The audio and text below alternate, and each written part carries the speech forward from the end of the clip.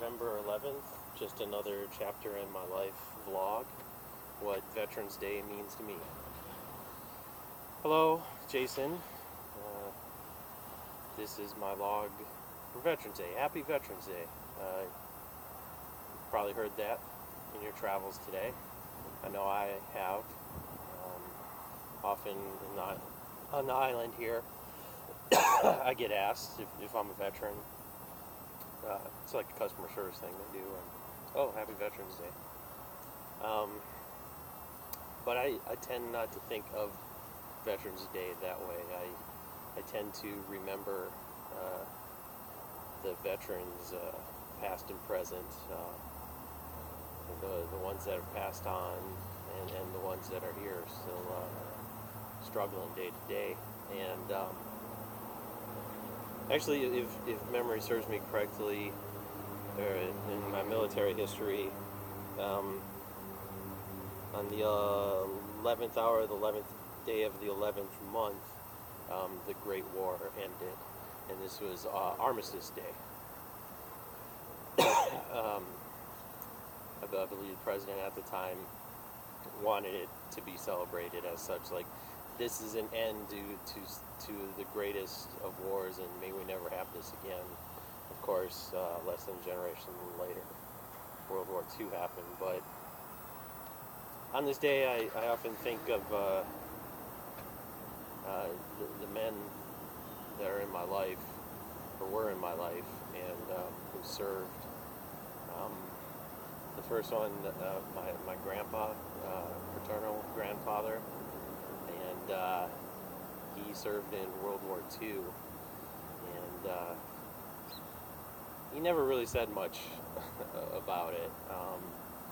I mean, every once in a while he would, like when it would be raining really hard outside, and he'd be like, "Ah, damn it, my trench foot is flaring up." And then he'd go into the story of how he registered, he trained, and the Army dropped him on an island somewhere in the Pacific. He dug a trench, and they said, if you see any Japanese, shoot them. And it rained for 1 week. That's how he got the trench foot. And the war was over. Yeah, he was in at the very tail end of it. And that's all he'd ever say about it. My uncle, my dad's brother, he served during the first part of Vietnam. It was in the Coast Guard on a cutter in Lake Superior. But still, you know, it was service to his country. And you know, when he was younger, he never really talked much about it. But in his later years, he did. They had a reunion of the guys on the ship, and they decommissioned that ice cutter. And you know, he then became very nostalgic. And you know, I felt we had a better connection too after that time period, because I had served and he had served, and you know, he returned home, I returned home. So you know, we had that. Felt we had a better connection. My stepfather served in the Korean War. He was very stoic. He didn't like saying anything about it. And I remember when I was younger, he would say stuff about it, but I think it was sensationalized stuff, kind of what the media and the movies had said it was.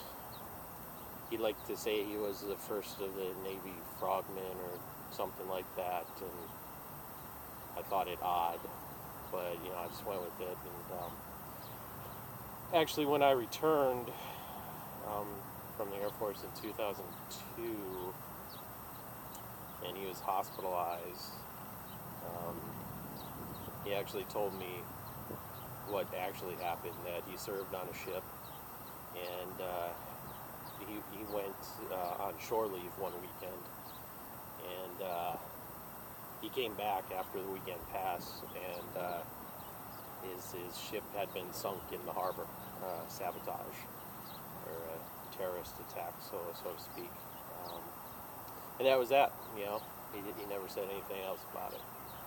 And when it came to me, and I wanted to speak of people I had known and had lost, he pretty much just, no, not gonna do it, not gonna talk about it. So I never pushed it with him. I have a feeling that talking about it with other veterans is helpful, especially ones that served during a wartime. But even the ones that had served during peacetime, I find are good too, just because I feel we have a certain mentality towards life. Even though we no longer serve, the lifestyle is still somehow with us. Our attention to detail, our acting quickly, decisively, do a good job every time the first time, and do a good job because somebody's life may depend upon it. Now, I know in the real world, I know in my college studies that nobody lost their life because I didn't do a grade A job on a paper or research, but let me tell you, when it came to doing the paper and research, and I would do it so quickly, I would doubt myself, and then I'd go back into it again and again and again, until I felt it was perfect. And I often was told, this is a little too much, you went a little too deep into it. Working with groups in college was tough for me. If there were, I usually worked with veterans. If they were in the class, I felt better with them, and it felt we could do the job better and accomplish things quickly, and we did. Oftentimes when I was put in other groups with normal people, with civilians, sometimes I couldn't handle it. Most of the times I just wanted to shake them and say, "What's wrong with you? Just do as I suggest." There's some control issues I'm working through.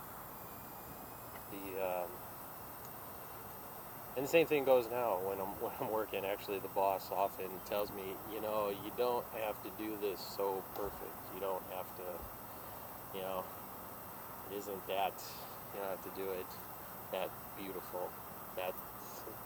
So,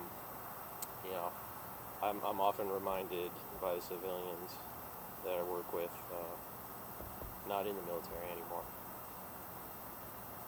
but I still do think about them, just because of where I live today.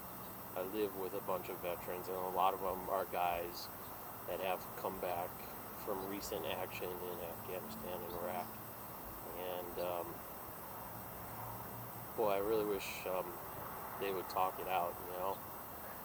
I'm there for them. Every once in a while there's this one veteran, he knows I'm a good guy to talk to, and every once in a while, I can see behind his eyes, over his wall. He lets it down ever so briefly. And I don't criticize. I don't pander. I just tell him, it's all right, and I'm glad he's here. I just wish he and others would do it more. So that is my thoughts on this Veterans Day.